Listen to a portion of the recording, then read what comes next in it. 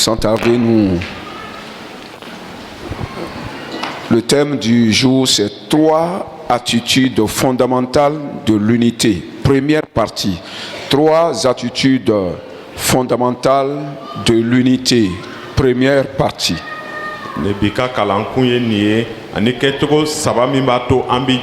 C'est comme 3 comportements. Ouais, c'est ça.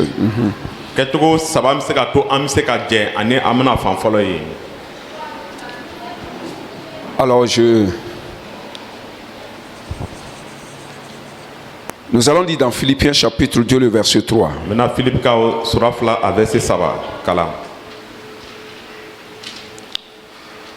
Ne faites rien par esprit de parti ou par vaine gloire, mais que l'humilité vous fasse regarder les autres comme étant au-dessus de vous-même. Ne faites rien par esprit de parti ou par vaine gloire, mais que l'humilité vous fasse regarder,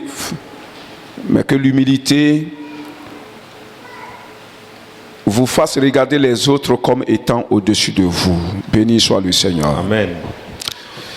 Alors, nous voulons parler de 3 comportements que chacun de nous devrait avoir pour créer et faire subsister l'unité.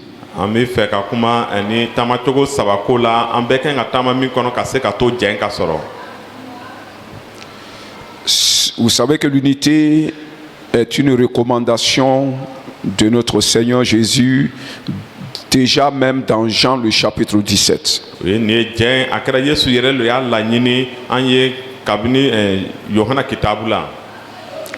Et l'unité aussi est une affaire prônée par toute la société.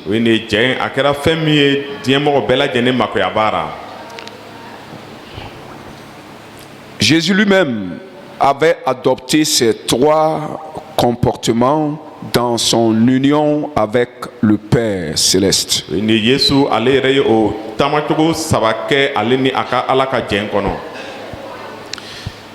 Alors, si Jésus les a adoptés, parce que sachez que Jésus est venu nous donner un exemple de comment nous comporter selon la volonté de Dieu.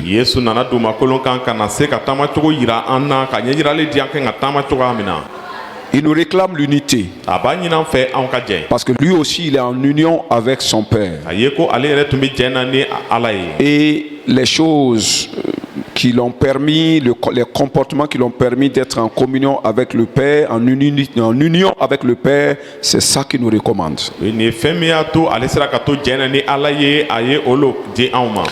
Aujourd'hui, nous allons développer la première attitude. Et cette attitude, c'est ne rien faire par esprit de parti. Ne faites rien par esprit de parti.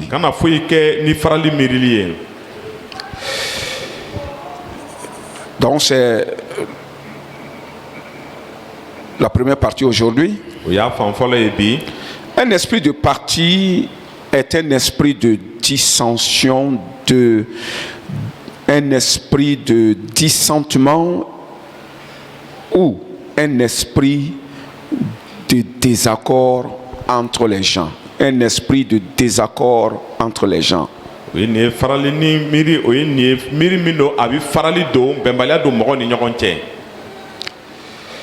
Quand on dit de ne pas avoir un esprit à part, parce qu'on appelle un esprit de parti, un esprit de groupe. Voilà, c'est ne pas avoir des désaccords.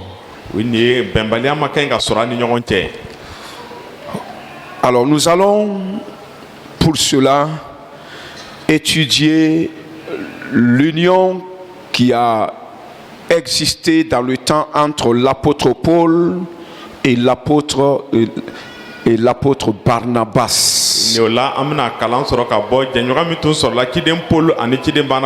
Nous allons tirer des leçons au travers de leur unité ou de leur union, l'union qu'ils ont eue entre eux en tant que des serviteurs de Dieu.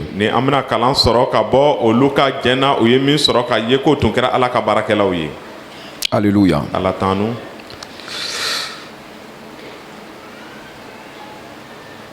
Le Seigneur avait appelé Paul Saul, on parle d'abord de Saul, avait appelé Saul et Barnabas et il les a unis en leur commettant une mission commune. Il les a confié une mission commune.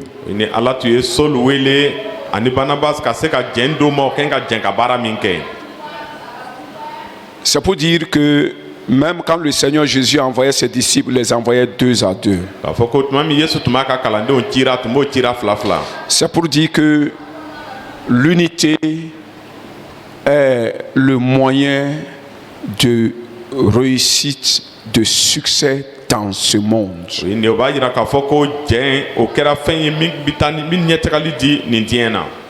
Et c'est pourquoi le Saint-Esprit choisit Paul, Saul et Barnabas afin qu'ils puissent faire ensemble la mission qu'il leur a confiée.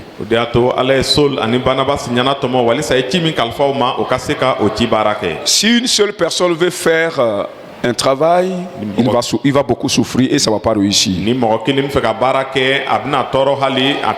Il n'est même pas possible qu'une seule personne fasse un travail important. On aura toujours besoin d'associés. Alors, au petit A, nous allons voir leur union pendant qu'ils étaient des simples disciples de Jésus.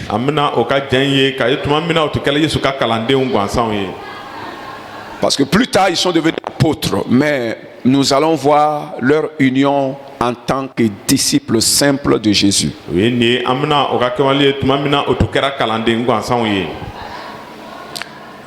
Alors, petit 1, nous posons la question, qui est Barnabas? Acte chapitre 4, le verset 36. Dans Acte 4, 36, le Saint-Esprit nous révèle qui est Barnabas. Il s'appelait à sa conversion Joseph. Il était l'un des premiers disciples convertis avec les apôtres. Quand les premiers disciples se rassemblaient, partageaient le pain ensemble, il faisait partie de ces disciples-là. Il n'était pas apôtre comme les Pierre et autres, c'était un simple disciple. Alors, plus tard, son nom, les apôtres, les 11 apôtres de Jésus lui ont donné le nom de Barnabas. Pourquoi le nom Barnabas? Parce qu'ils ont remarqué en lui qu'il avait le talent d'exhorter, de consolation ou d'encadrement des gens.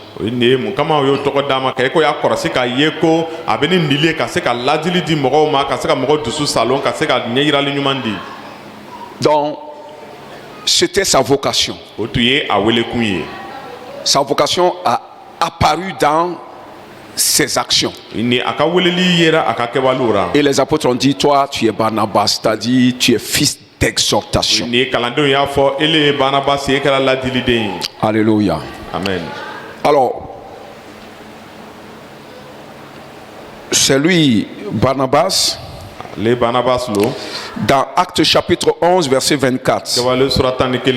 Là-bas, on nous parle de lui toujours. Acte 11, 24. On dit que c'était un homme de bien. Voilà, un homme de bien, un homme qui fait le bien. Ça, on fait allusion au fait qu'il est fils d'exhortation. Il faisait le bien aux gens en exhortant les gens, en encadrant les gens, en consolant les gens. Donc il était un homme de bien, un homme de foi, rempli du Saint-Esprit. Trois choses. Amen. Rempli du Saint-Esprit, un homme de foi, pas foi qui fait les miracles, foi qui a confiance en Dieu. Et tu ne peux pas avoir cette foi si tu ne connais pas la parole de Dieu. La foi vient de la parole de Dieu. Donc c'était un homme qui connaissait la parole.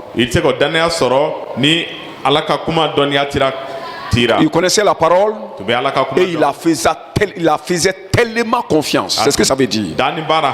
Mais il n'opérait pas, il n'avait pas la foi des miracles. Il faut comprendre ça. Alléluia. Parce qu'on ne l'a jamais vu faire des miracles. Amen. Amen.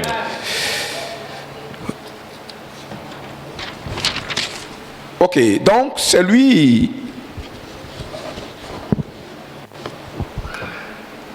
que les 11 apôtres avaient envoyé de Jérusalem à Antioche. Non,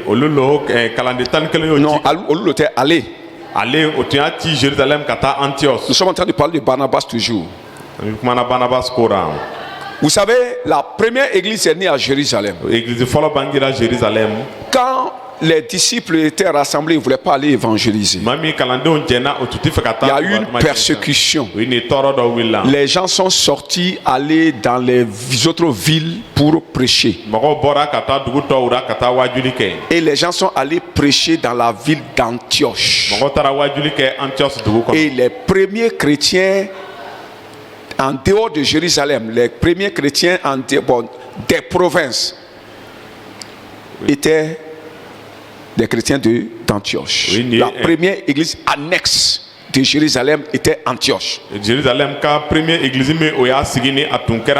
C'est comme l'église est née ici. Non, je prends un exemple. L'église est née à Ouaga. Et la première annexe est née à Bobo de Lasso.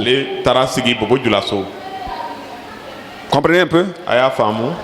Alors, comme il y a eu ces premiers chrétiens là, alors les 11 apôtres ont envoyé Barnabas parce qu'il avait le don d'exhorter, d'encadrer. On l'a envoyé pour aller encadrer ces nouveaux chrétiens dans la première église annexe de celle de Jérusalem, à Antioche.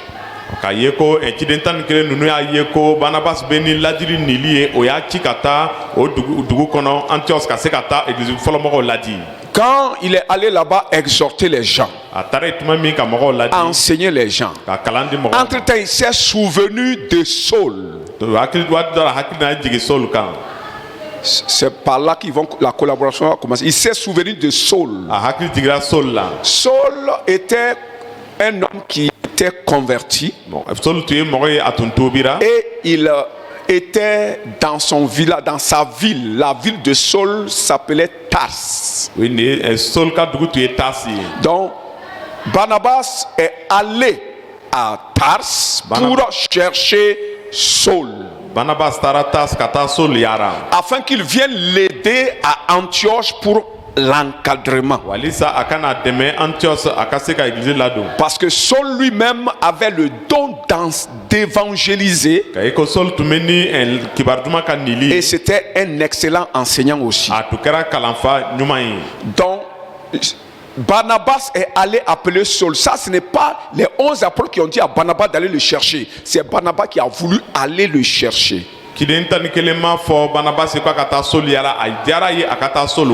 Donc, et Saul est venu.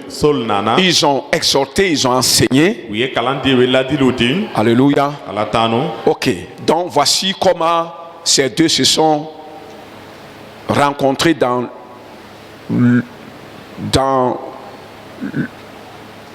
dans l'exercice de leur fonction en tant que disciples. Mais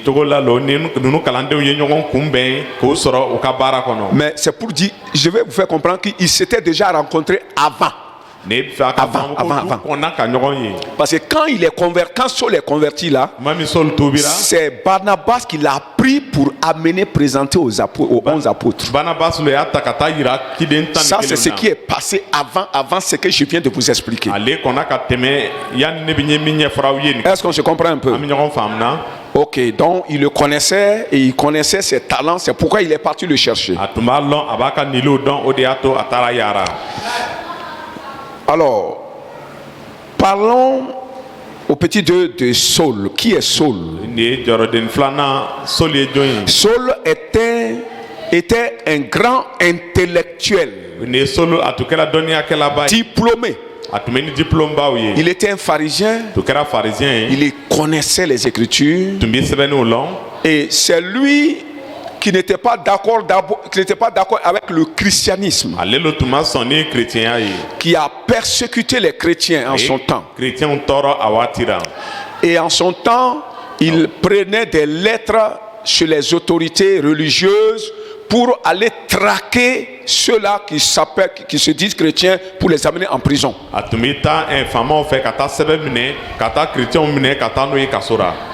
Et c'est là, une fois, il partait à Damas, que le Seigneur Jésus s'est révélé à lui sur la route.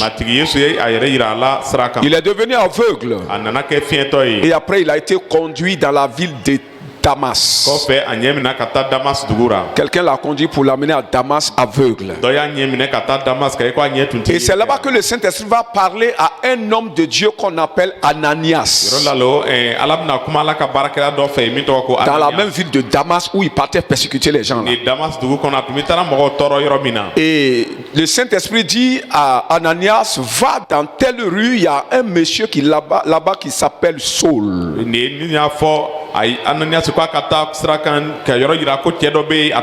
Va le rencontrer. Quand le Saint-Esprit a dit Saul, Ananias a sursauté parce que Ananias savait comment cet homme persécutait les chrétiens. Mais il dit va vers lui, prie pour lui afin qu'il recouvre la vue. Parce que c'est un instrument, il est déjà même un instrument pour moi. Il va apporter la bonne nouvelle devant les nations. Quand on dit les nations, les nations païennes. Il va apporter la bonne nouvelle au roi. 3. Il va apporter la bonne nouvelle devant les fils d'Israël. Vous comprenez? Parce que avant lui, Saul, les nations qui n'étaient pas juives là n'avaient pas entendu l'évangile. Mais c'est Saul qui allait ouvrir cette porte et c'est lui-même qui est appelé pour aller évangéliser les nations païennes.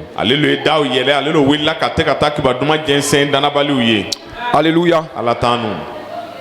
Donc ça c'est la vocation de Saul, un évangéliste, en même temps enseignant. Quelle est la vocation de Barnabas? Fils d'exhortation. Quand les gens se convertissent, lui, il se charge de les exhorter. La vocation de Paul, c'est aller amener les âmes, aller en public, prêcher en public. C'est pourquoi les miracles se faisaient avec lui. C'est avec lui que se passaient les miracles. Alors vous allez voir ici que Paul est le planteur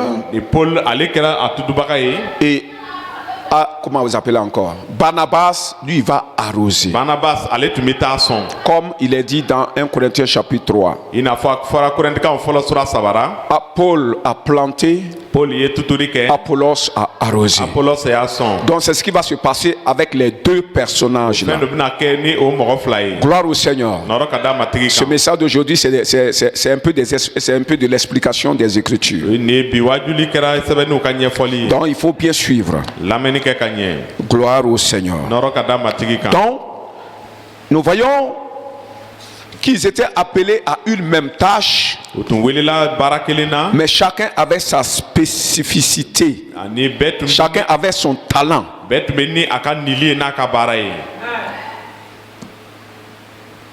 Alors,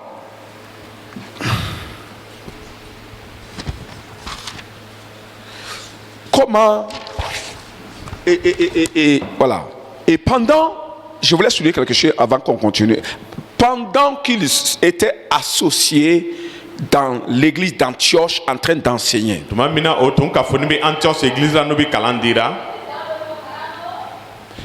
le chef de mission était Barnabas. C'est pourquoi quand vous allez lire, on va toujours dire Paul, Saul et Barnabas. Saul et Barnabas. Saul et Barnabas. Parce qu'en ce temps, Barnabas était le chef de cette mission. Alléluia. Amen. Amen. Mais quand est-ce que la fonction de chef de mission sera remis à Saul? Parce que plus tard, Saul est devenu le chef de mission. Barnabas était le chef de mission. Mais plus tard, lui, Saul est devenu le chef de mission. Comment cela est-il arrivé? Parce que quand vous lisez, comme j'ai dit au début, on dit Saul et Barnabas. Saul et Barnabas. Mais entre-temps, vous allez voir Paul. Non, d'abord c'est Barnabas et Saul. Barnabas et Saul. Et plus tard vous allez voir, on va dire Paul ou Saul et Barnabas. Parce qu'il y a eu changement de titre de chef de mission. Parce que vous savez, dans une union, dans une communion, dans une communauté, il y a toujours des chefs forcés. Parce qu'il n'y a pas de chef, il n'y aura pas d'unité. Alléluia. Donc c'est ce que nous voulons comprendre ici.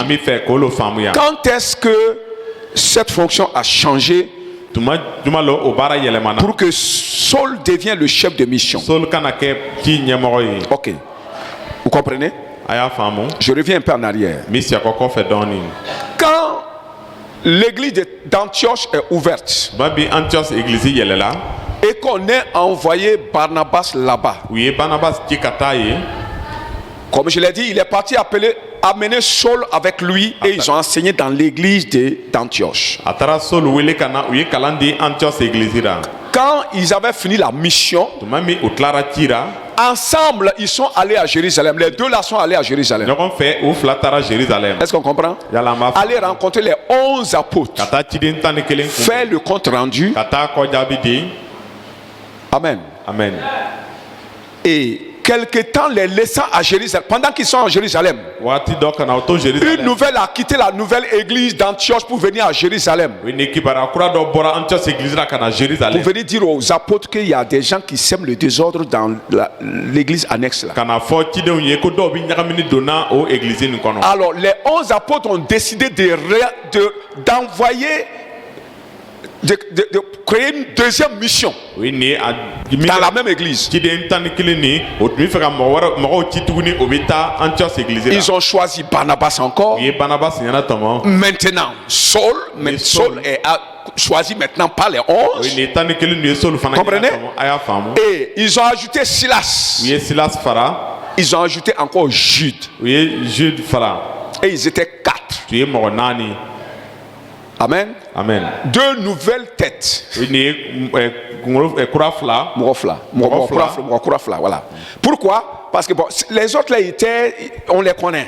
Donc ils ont ajouté les deux autres là comme pour témoigner que effectivement, voilà, ceux-là vous les connaissez, mais ceux-là vous ne les connaissez pas, mais eux-là ils vont venir appuyer le témoignage des anciens missionnaires.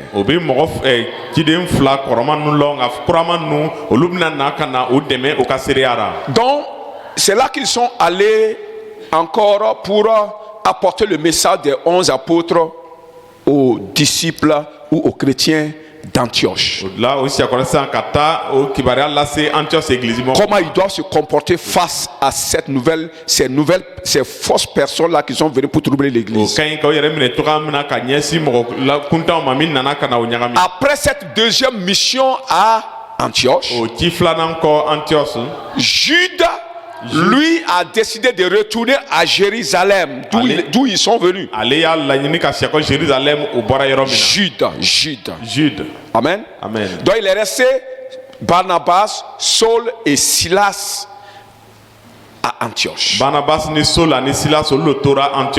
Quelques jours après, Saul va dire à Barnabas: allons-y visiter les églises qu'on a eu à ouvrir précédemment, toi et moi. Amen. Allons-y rendre visite, parce qu'en ce temps d'autres églises ont été ouvertes. Allons-y les rendre visite, les exhorter et évangéliser en même temps. Alors Silas les a suivis. C'est là, c'est devenu Saul, Barnabas, Saul et puis Silas. Parce que la quatrième personne est retournée à Jérusalem. Jude. Alléluia. Donc, pendant qu'ils étaient partis eux-mêmes, la mission eux-mêmes.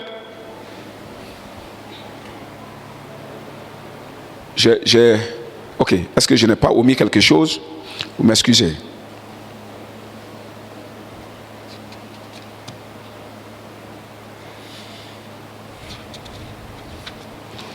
Il y a un truc important que j'ai omis à comprendre. Voilà, ok. Voilà. Quand ils étaient, les quatre étaient à Antioche, 4 missionnaires. Jude est parti. Pendant ce temps, l'église d'Antioche était en train de jeûner et prier dans Acte 13. Acte 13. Les disciples d'Antioche étaient en train de jeûner et prier. Les 11 apôtres n'étaient pas là-bas. Comprenez? Ils n'étaient pas là-bas. C'était les disciples simplement. Donc ils jeûnaient et priaient. Pendant qu'ils priaient, le Saint-Esprit a dit à l'église d'Antioche qui était en prière: mettez-moi à part Barnabas et Saul. Comprenez? Mettez-moi à part Barnabas et Saul. Pour que je les envoie à la mission pour laquelle je les ai appelés. On dit c'est le Saint-Esprit qui a dit. C'est à partir de ce jour-là que Saul et Barnabas sont devenus des apôtres. Apôtre veut dire envoyé. Mais ils ne sont pas des apôtres de Jésus, mais des apôtres du Saint-Esprit. Vous voyez la différence? Il y a 11 apôtres de Jésus et ils sont à Jérusalem. Mais les premiers apôtres du Saint que le Saint-Esprit a appelés là pour envoyer, c'est Barnabas et Saul. Alléluia. Donc c'est comme ça, ces gens sont devenus apôtres du Saint-Esprit. Et qui dit apôtre du Saint-Esprit, c'est forcément apôtre de Jésus. Béni soit le Seigneur. Donc, vous savez, c'est à partir de là qu'ils sont partis évangéliser. La Bible nous dit que lorsqu'ils sont arrivés dans une ville païenne,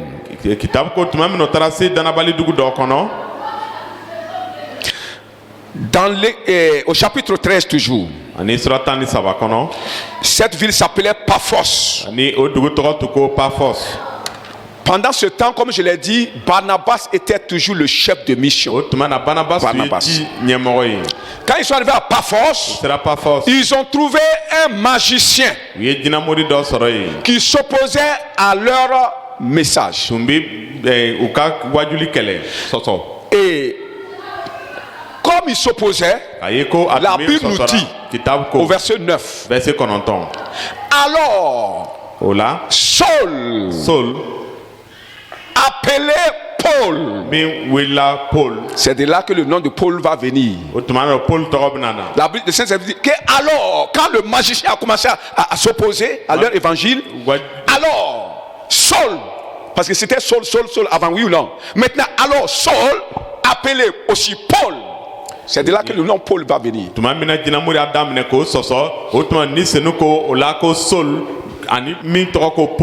Le Saint-Esprit lui donne le nom de Paul. Rempli du Saint-Esprit, va menacer le magicien. Comprenez un peu? Saul, appelé Paul, lui prend la parole et menace le magicien. Ok, on va tirer une leçon ici en ce qui concerne les deux noms de cet homme-là, Saul et Paul. Que veut dire d'abord Saul? Saul veut dire demander à Dieu. Demander à Dieu. Vous savez, quand Judas est mort, le 12e disciple de Jésus, quand lui il est mort, vous voyez ça, non? Alors, les disciples, les 11 apôtres se sont rassemblés pour prier, demander à Dieu de leur envoyer le 12e apôtre pour remplacer Judas.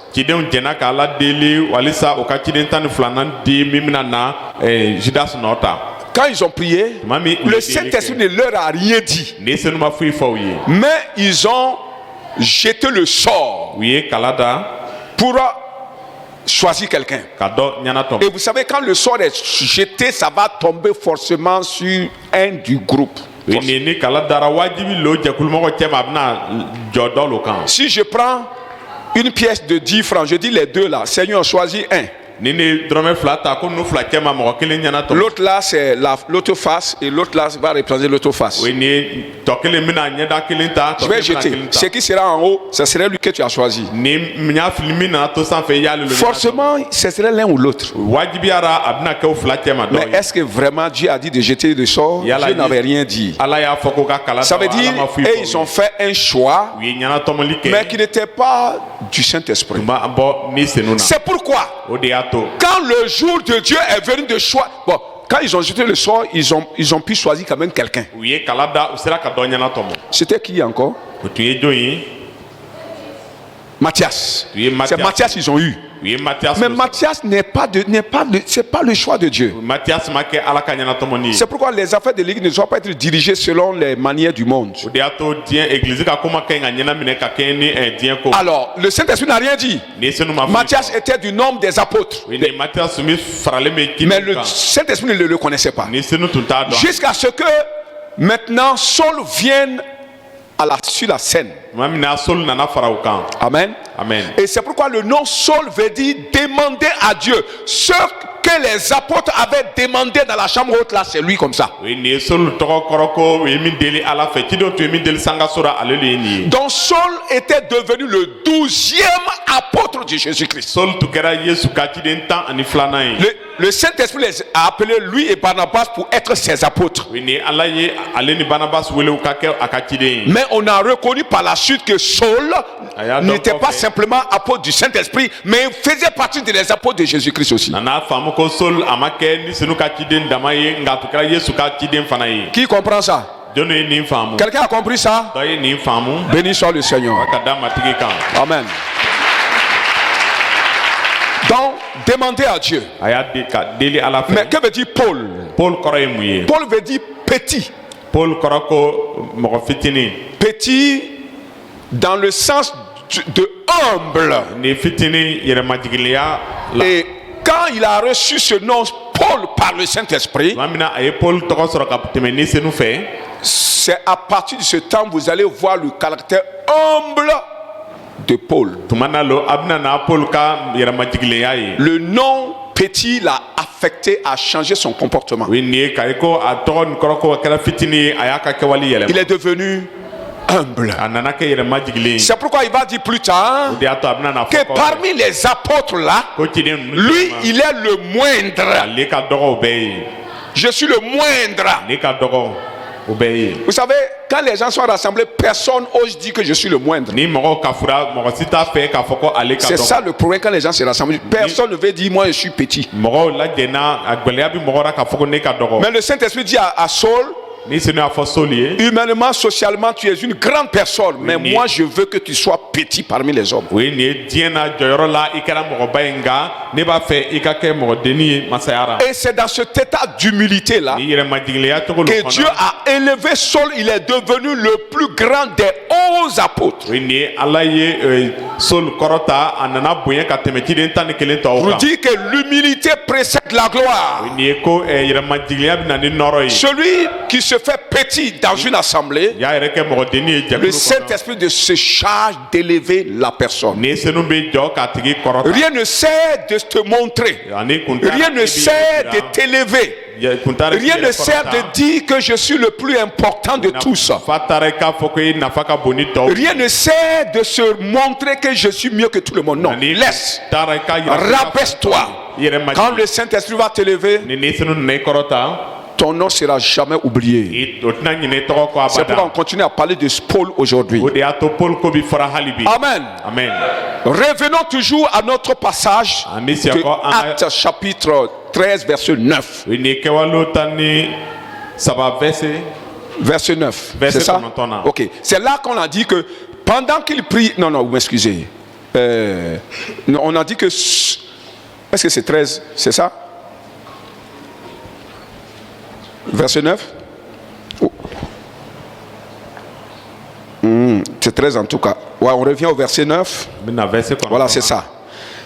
Là, on a dit Saul, appelé Paul, rempli du Saint-Esprit, va menacer le, comment on appelle ça, le magicien.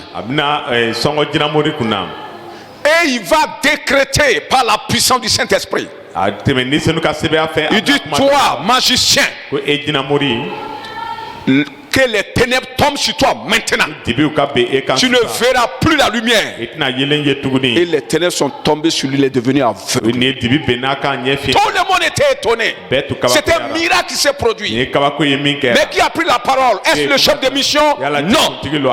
Le chef de mission, Barnabas, s'était arrêté. Lui-même, il ne savait pas qu'est-ce qu'il faut faire ici. Il ne savait pas. Le Saint-Esprit ne l'a pas saisi. Il a saisi celui à qui il a confié ce talent. Le miracle là accompagne ceux qui prêchent l'évangile pour convaincre les païens. En réalité, l'église n'a pas besoin de miracles pour être convaincue. Mais les miracles sont faits pour les païens, pour les convaincre. Et comme Paul est appelé pour parler aux païens dehors, c'est pourquoi le Saint-Esprit l'a saisi et lui a donné ce pouvoir, et il a écouté sa parole pour faire le miracle, et tout le monde était étonné. Cela a ouvert la porte à beaucoup de conversions, même à la conversion de ce député à qui ils étaient en train de parler. Vous comprenez? Mais Barnabas était là, le chef de mission était là, il ne savait pas quoi faire. Est-ce que vous comprenez? Après cette action-là, le Saint-Esprit va écrire au verset 13 maintenant. À partir de là, Saul, Paul maintenant, on va plus parler de Saul, on va parler de Saul, mais Paul maintenant. Paul et ses compagnons. C'est là que ça commence. Quand gloire au Seigneur. Gloire au Seigneur. Ce n'est pas l'homme qui a changé ça, hein? Le Saint-Esprit dit maintenant, Paul et ses compagnons. Ça commence comme ça. Ses compagnons c'était qui? C'était Barnabas et puis qui? Silas. Barnabas et Silas Tundo. Alléluia. C'est à partir de là que le manteau de chef de mission, le Saint-Esprit a pris ça, donné à Paul.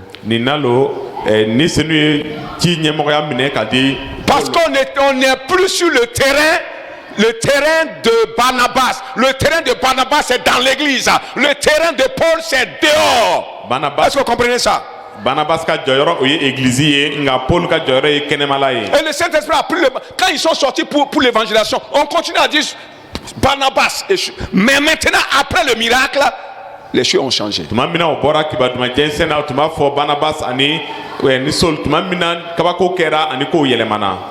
Et vous croyez comment c'est arrivé?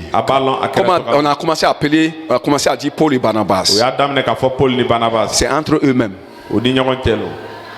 Désormais, Barnabas a su qu'il n'est plus le chef de mission. Que le Saint-Esprit qui les a parlé là-bas a pris le manteau de chef de mission donné à Saul. Lui-même, il a reconnu. Silas a reconnu. Les autres ont reconnu. Est-ce que vous comprenez ça? Saul n'a pas réclamé ça.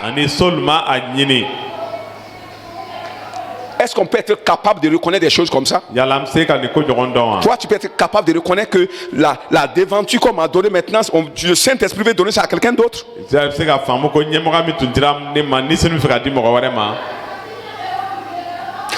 Barnabas a accepté ça avec joie. Sans jalousie, sans rivalité, sans murmure. Parce qu'il a vu qu'on n'est plus sur mon terrain.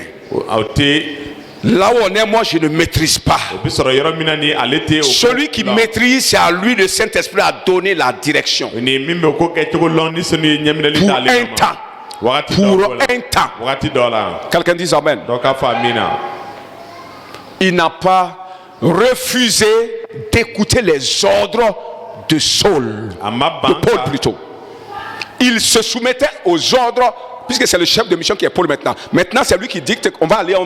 C'est pourquoi vous allez comprendre, quand ça, depuis l'église d'Antioche, là, c'est Paul qui a dit, on va aller rendre visite. Ça commençait. Ça dit, le Saul sentait en lui déjà que le manteau va lui révéler. Peut-être qu'il ne le sait pas, hein, mais c'est lui qui a commencé la parole. On va sortir pour...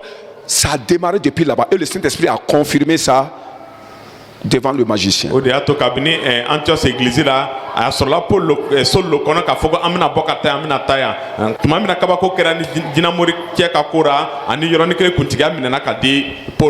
Alléluia. C'est le Saint-Esprit qui a fait ça comme ça. Et j'ai bien dit que Barnabas était soumis à tout ce que Saul disait désormais. Dans une unité, quand les gens veulent s'unir,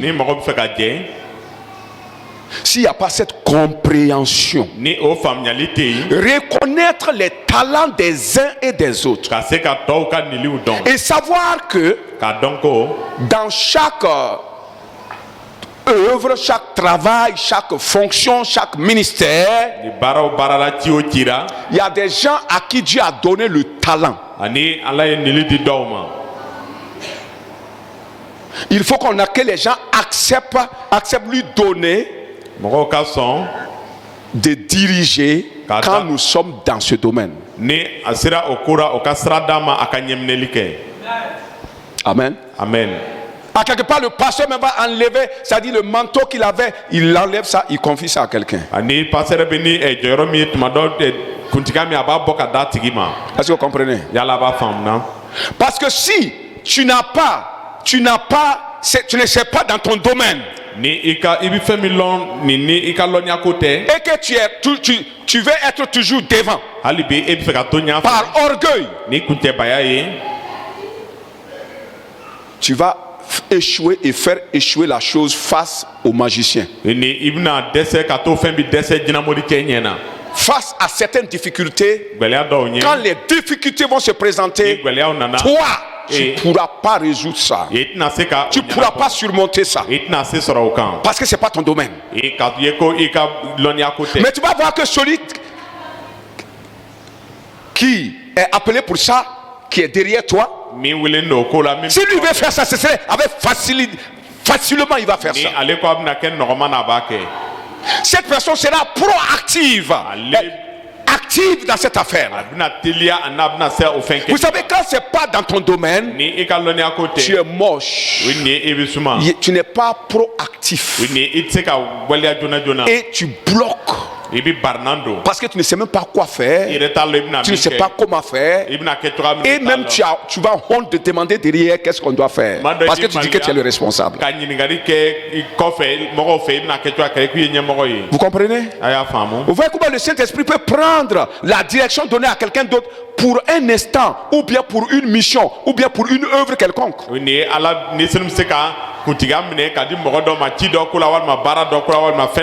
Afin que la chose marche. Quelqu'un dit amen. Comme ça, on a besoin de compréhension, d'humilité, de chercher à voir la chose avancer par n'importe qui. Si la chose doit marcher par n'importe quelle personne, que ma personne soit réduite et que la chose marche. Si c'est comme ça là, l'union va continuer avec succès.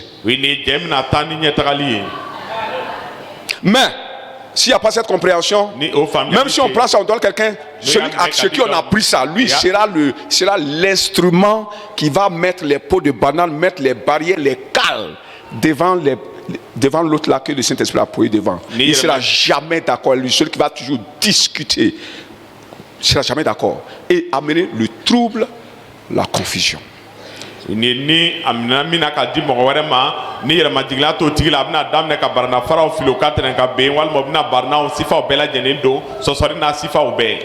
Alléluia.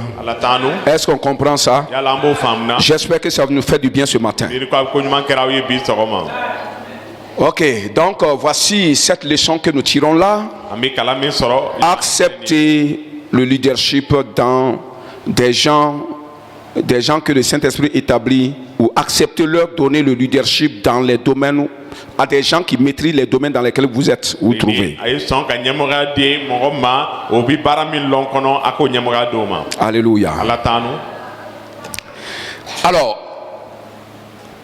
je l'ai dit tout de suite là, si vous voyez qu'on a des problèmes, beaucoup d'associations, beaucoup de groupements, beaucoup de communautés ont ces problèmes, c'est difficile que les choses avancent. Oui, parce que celui qu'on va placer devant là, les gens vont commencer à dire, ah, toujours c'est lui, encore lui. Vous voyez, souvent vous entendez ça. Mais alors que là, il arrive des fois que toi-même qui es devant, tu es là. Et parce que toi tu es là, le sommet est là. Tu vois, mais quand tu es là, le groupe dort. C'est-à-dire, tu ne motives pas le groupe. Tu n'es pas en train de pouvoir motiver, de faire travailler, avancer le groupe. Même quand il y a un problème, tu es là, tu dis rien. Même quand il y a un problème, tu ne te lèves pas pour chercher solution à ça, mais tu es responsable. Alors, quelqu'un d'autre dont ce talent est derrière toi, lui, tu vois, non, il va souvent vouloir proposer des choses. Ou bien des gens vont dire que, en ce temps, toi qui es devant, tu ne seras pas d'accord. Comprenez? Tu peux expliquer ça un peu? Et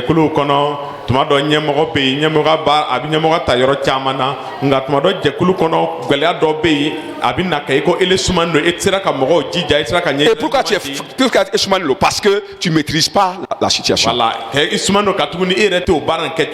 Parce que quand tu maîtrises ça, il n'y a rien à faire.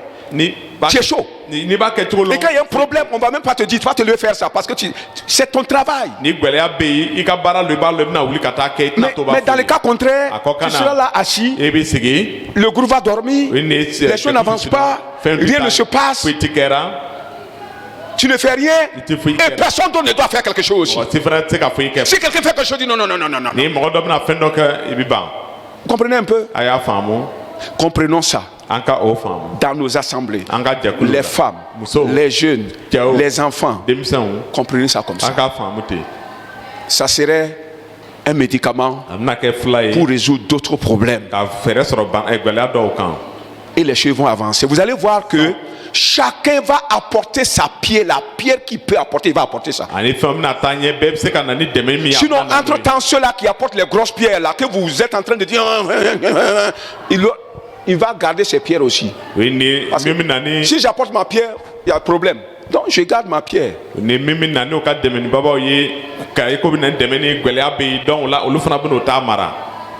Béni soit le Seigneur. Ok, alors petit C. Est-ce qu'on avait parlé du B? On avait parlé? On en avait parlé? Voilà, donc c'est le petit B alors.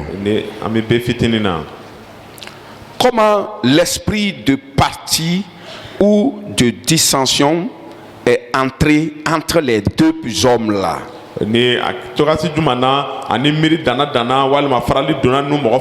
Comment cela est arrivé?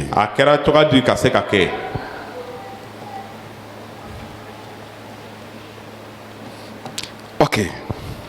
Lorsque ils avaient décidé au chapitre 15, verset 36, Barnabas et Saul et Jude voulaient sortir pour visiter les églises. Amen. Amen. Alors, la Bible dit que Barnabas voulait aller avec un certain jeune homme qu'on appelle Jean-Marc. Barnabas. Il voulait qu'ils aillent ensemble avec Jean-Marc. Bon, parce que Silas était déjà avec eux. Donc ça allait être Paul, Barnabas, Silas. Ils sont trois. Mais Barnabas dit, il y a un jeune homme qui est là qui s'appelle Jean-Marc. On va l'amener avec nous, on sera quatre.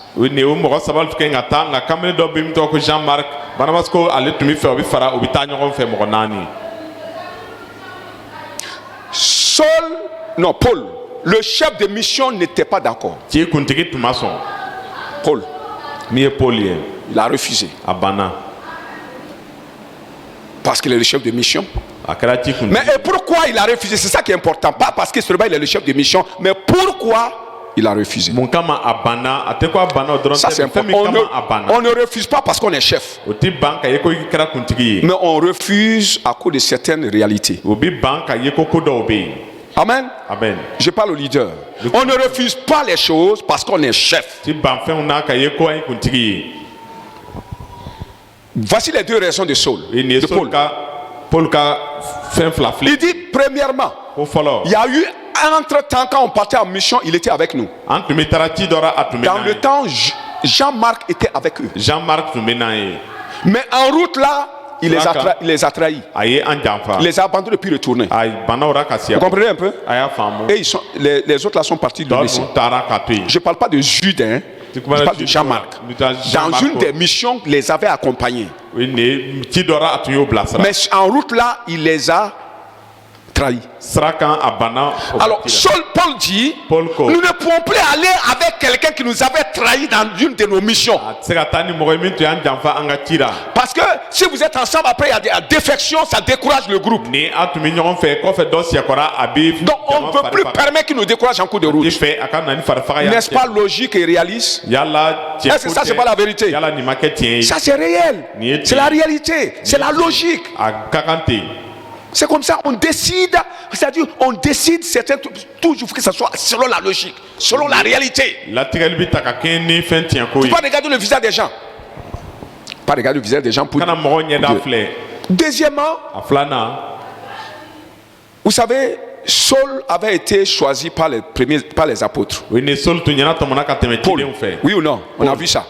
À la deuxième mission là. Barnabas était le premier que les apôtres avaient envoyé. Silas aussi avait été envoyé par les 11 apôtres. Jude, qui l'a envoyé? Non, pas Jude. Jean-Marc. Qui l'a envoyé? Ni les 11 apôtres, ni le Saint-Esprit qui avait dit mettez-moi à part Barnabas et Saul. C'était le choix de qui? Barnabas. Barnabas était le cousin de Jean-Marc. ani Barnabas lamɔga tun b'o ni ɲɔgɔn cɛ. C'est son cousin. Il voulait aller avec son cousin. Alléluia. Ala t'anu.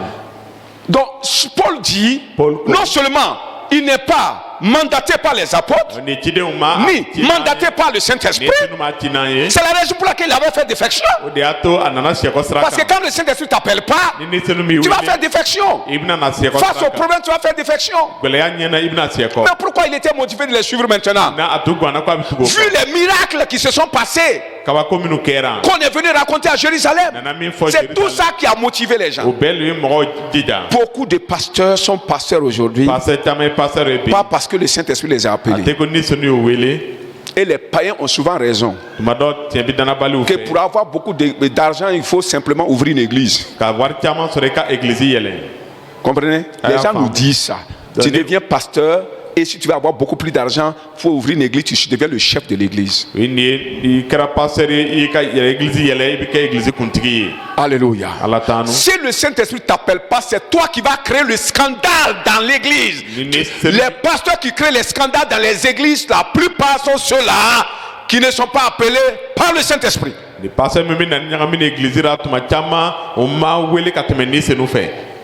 Pas de résistance. Pas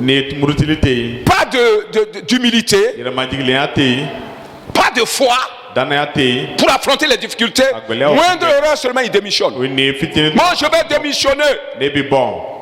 Comprenez? Béni soit le Seigneur. C'est pourquoi Paul dit tu ne vas pas nous accompagner. Quelle leçon nous allons tirer ici?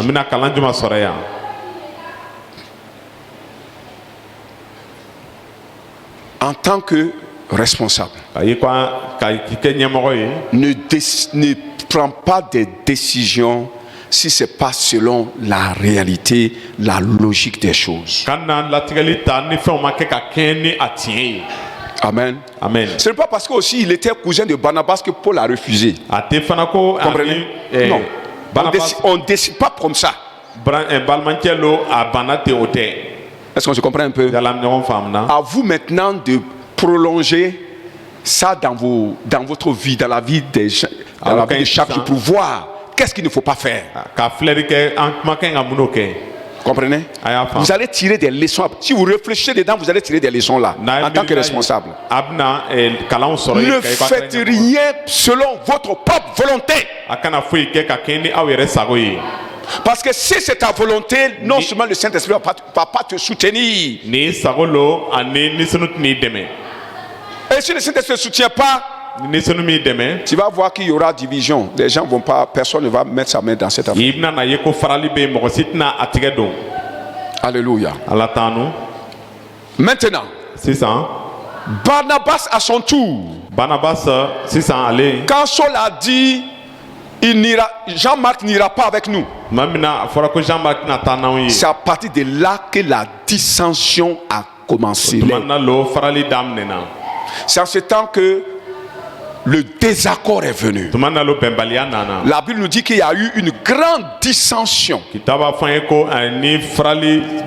C'est pourquoi dès le début, quand j'ai donné la définition d'esprit de parti, je dis c'est la dissension. Vous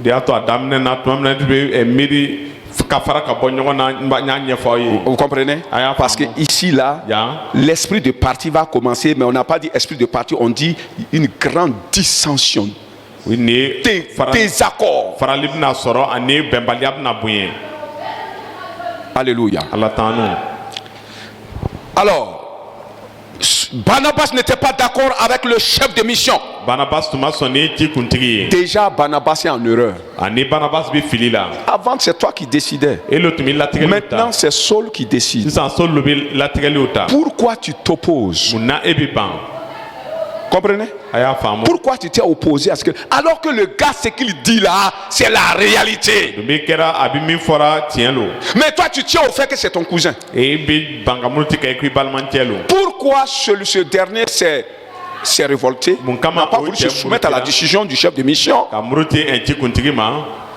Parce que il dit, moi aussi je suis un décideur. ako ne yɛrɛ fana ye latigɛlikɛla ye. Tu es apôtre appelé par le Saint-Esprit, moi aussi je suis apôtre appelé par le i Saint-Esprit. ye ciden ye ni senu ye wele ne fana ye ciden ni senu ye C'est wele. nous deux qu'on a envoyés ensemble. u ye an fila lo ci ɲɔgɔn Et fɛ. souviens-toi c'est moi on a nommé d'abord Barnabas et Saul. o ye nin ye kɔnɔ ka ne lo ci ko Barnabas ani Il faut Saul. savoir que toi ton leadership est venu après. Hein. i ka lɔn ko i ka ɲɛmɔgɔya nana kɔfɛ. Donc moi aussi je peux décider. ne fana bɛ se ka latigɛli ta. Gloire au Seigneur. nɔrɔ ka da Moi matigi aussi je peux décider à l'encontre de ta ne décision. fana bɛ se ka latigɛli ta k'i ka latigɛli sɔsɔ.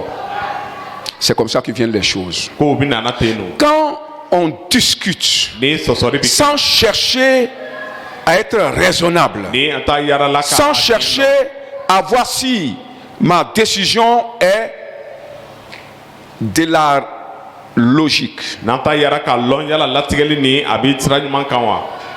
on va faire des dégâts. an bɛna na tiɲɛni kɛ. La division va commencer. farali bɛna daminɛ. Comprenez? a y'a faamu. Quand Barnabas se disait, toi et moi on est pareil, on est égaux. Barnabas tun b'a fɔra ne ni le ye kelen Ils ye. n'étaient pas égaux. a tun tɛ kelen Il ye. n'a pas compris qu'ils ne sont pas égaux. Il n'a pas bien réfléchi. a ma faamu k'o tɛ kelen ye. Parce que Saul Saul fait partie des 12 apôtres. a kɛra ciden tan ni fila dɔ ye. Mais lui, Barnabas, Ale Barnabas. n'est qu'un apôtre du Saint-Esprit. a kɛra ni senu ka ciden dɔ ye. Mais Saul, Saul non seulement est apôtre de a kɛra Jésus-Christ, Yesu ka ciden ye. il a comblé le nombre des 12, a ye tan ni mais kelen dafa ka kɛ tan ni aussi fila. apôtre du Saint-Esprit comme toi a maintenant. kɛ ni senu ka ciden i n'a fɔ ele fana. Mais le gars ne voyait pas tout ça là. o cɛ ɲa tun tora. Maintenant, sisan comme il ne tombait pas d'accord, tuma min na ka i ko tun tɛ bɛnna. ok, Barnabas, d'ici c'est comme ça, Barnabas on va se séparer. an bɛna fara. La mission, c'est pas la mission. an bɛ o ci fara. Barnabas est allé avec son cousin. Moi, je ne vais Barnabas pas le n'a laisser, on va aller. balimakɛ taara ɲɔgɔn fɛ. Parce que tu as des talents. Moi aussi, j'ai Béni, des talents. béni, béni, Je fais béni. avec lui là. Alors, Saul, lui, il est parti avec Silas. o ni Saul taara ni C'est Silas là ye. que l'histoire de Silas avec Paul et Silas va démarrer. tuma min na le Paul ni Silas ka ko bɛna daminɛ. Quelqu'un dit Amen. dɔ k'a faamu na. Maintenant, quelque chose, la dernière leçon ici. laban. Quand ils sont partis, les deux groupes se sont séparés. jɛkulu Est-ce la volonté de Dieu qui se sépare? ala sago lo ka fara wa. Quand le Saint-Esprit les appelait, il avait dit quoi? ni senu wele a ko de. Les deux, u fila vous allez travailler ensemble. ka taa baara kɛ ɲɔgɔn fɛ. Mais est-ce que c'est le Saint-Esprit qui les a séparés? ni senu lo y'o fara wa. Vous pensez que ça va marcher entre eux maintenant? a ye miiri ko bɛna Est-ce ɲɔ que ɲɔgɔn cɛ. l'œuvre va marcher avec eux maintenant? baara bɛna ɲɛ o bolo. Ok. Maintenant, sisan depuis ce jour-là, kabini o don na vous allez toujours voir Paul et Silas. a bɛna ye ko Paul ni Paul Silas. et Silas. Paul ni Les Silas. miracles, les grandes délivrances. hɔrɔnyali ba. Paul et kaba Silas. ko ba Paul ni Silas. J'avais dit que si quelqu'un ne me suit pas, je ne vais plus appeler le nom de quelqu'un. Mais je suis tenté, mais je ne le ferai pas. dɔ ti lamɛn an tɛna mɔgɔ tɔgɔ wele nka an bɛ kɔrɔbɔra mɛ n tɛna kɛ. Alléluia. ala t'an nu. Donc ne parle que de Paul et Silas. Paul ni Silas lo kuma Mais fɔ. plus jamais on a parlé de Barnabas. Barnabas ko ma fɔ. Terminé. a banna ten. Terminé jusqu'à la fin des actes des apôtres. Plus de parler de Barnabas, il a disparu de la ni circulation. Barnabas tununa ka bɔ a ko ma fɔ kidenw ka kɛwale kɔnɔ tuguni. Quand je dis qu'il a disparu de la circulation, ne ko a tununa a ko ti mɛn. cela ne veut pas dire qu'il n'a pas travaillé et que Dieu n'a pas travaillé avec lui. o t'a yira k'a fɔ ko ala ma baara kɛ n'a ye. Parce que ka tuguni il va se rendre compte qu'il ne peut pas évangéliser, gagner des âmes. ni a bɛna na bɔ a kala ka se ka kibaru duman kɛ. Il va retourner où? Dans l'église. comme église Il kɔnɔ. va retourner dans l'église. Et il va commencer à travailler dans a l'église bɛna baara kɛ pour église kɔnɔ. exhorter les gens. ka mɔgɔw ladi. Il va avoir du fruit. a bɛna Oui ou non? kɛ. Il va avoir du fruit. Il va produire du fruit. a bɛna kisɛw kɛ. Mais nka la renommée tɔgɔ bɔli qu'il devrait avoir là, kɛ in ka min sɔrɔ. coupé. ale bi tigɛ. Ça c'est coupé. ale tigɛra. Il était dans a l'église tun bɛ église la. parce que la fonction que Dieu l'a donnée, c'est pas une fonction pour le public. o ni a bɛ baara min kɛra a tɛ se ka kɛ jama baara. Le travail qu'il fait en bas, personne ne voit. a bɛ min kɛra. Les gens du Dieu ne voient pas. mɔgɔ min kɛnɛ ma Il est retourné dans ça. Alors Dieu l'avait associé à Saul fara Paul kan. pour permettre qu'il ait de la renommée. walisa a tɔgɔ ka bɔ. Comprenez un peu? a y'a faamu. Il ne sait pas qu'en quittant, il ne savait pas que la renommée dans le public qui le recevait, eux deux recevaient ou les quatre recevaient venait de Paul. En se séparant de Paul, il s'est séparé de sa renommée.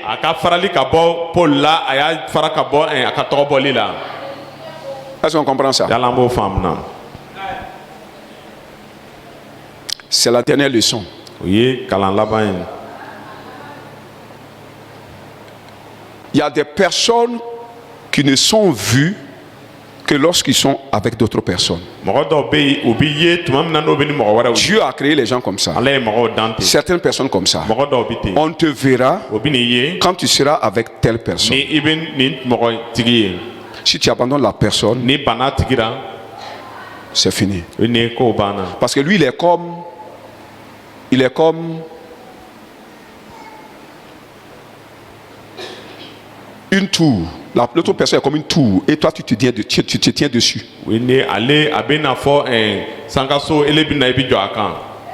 Amen. Amen. C'est ce qui est arrivé à Barnabas. Dans sa désunion. Dieu a travaillé avec lui. Mais la gloire supplémentaire qui n'était pas comment on appelle, le sien, qu'on voulait lui donner par grâce, il a détruit cette grâce-là. Il a détruit cette gloire-là.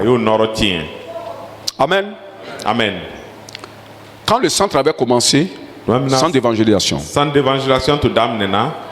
l'un des premiers pasteurs du centre s'appelait Issouf. On l'avait affecté à Bobo de Lasso. Papa Karambi l'a affecté à Bobo de Lasso. Dieu opérait avec lui. Arrivé à Bobo, c'est son nom seulement. C'est son nom. Les gens accouraient, les chrétiens, les gens partaient chez lui. C'était plein. Miracle, délivrance. Mais entre-temps, comme il était un jeune, dans le ministère bien sûr, il y a beaucoup de choses apparemment qu'il ne maîtrisait pas dans l'affaire du Saint-Esprit. Entre-temps, les démons, ils n'avaient pas le don de discernement des esprits. Il avait la puissance, il avait la force, mais il n'avait pas le discernement des esprits. Entre-temps, ils confondaient tout. Même ceux-là qui sont possédés, ils disent qu'ils ont le Saint-Esprit. Parce que qu'est-ce qui se passe? Quand on priait, le feu de Dieu est là. Les gens manifestent. Les gens manifestent. C'est pas que quand le Saint-Esprit descend que tout ce qui est manifeste est Saint-Esprit. Non. Tout ce qui manifeste n'est pas Saint-Esprit. Mais d'autres manifestent parce que le Saint-Esprit est là. Et pourquoi ils manifestent? Parce que les démons qui sont dans la personne veulent partir. Et quand les démons là se manifestent, ils se manifestent sous forme de Saint-Esprit. Pour quand même se cacher toujours. Alors, si le leader n'a pas de révélation, il va dire, oh, c'est le Saint-Esprit. Et quand il va dire, parce que c'est le démon va demeurer en lui à jamais. Comprenez? C'est ce qui était le cas de ce monsieur. Quand le papa a entendu ça, il a repris. Il a conseillé, il dit c'est pas comme ça. De la manière que le Saint-Esprit travaille avec lui à Bobo là, il travaillait pas comme ça avec lui, avec papa Awaga. Il travaillait plus avec lui à Bobo. Les gens entendaient parler plus de lui que de papa Awaga tout vous-même. Alléluia. Amen. Alors quand papa est venu lui parler, 2 jours après, il a dit que Dieu m'a appelé à un autre ministère. Dieu m'a appelé. Le papa n'était pas convaincu de ça. Hein. Le jour qu'il devrait quitter le centre, papa est venu là-bas et ils ont parlé. Il a prié pour lui pour le libérer. Mais il lui a dit, si tu vas et que tu changes de décision, reviens. Parce qu'il n'était pas convaincu.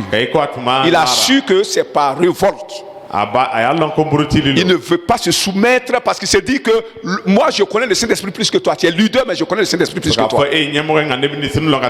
Tu veux, c'est comme papa veut le bloquer quoi. Effectivement il est parti. Vous avez déjà vous avez déjà entendu parler de Yeshua Ouedraogo, a ye su wedrago ko mɛ tugu wa mais il est toujours là. nka a bɛ yen Il est à Bobo. a bɛ bobo Il est toujours pasteur. pasteur lo Mais on l'a oublié.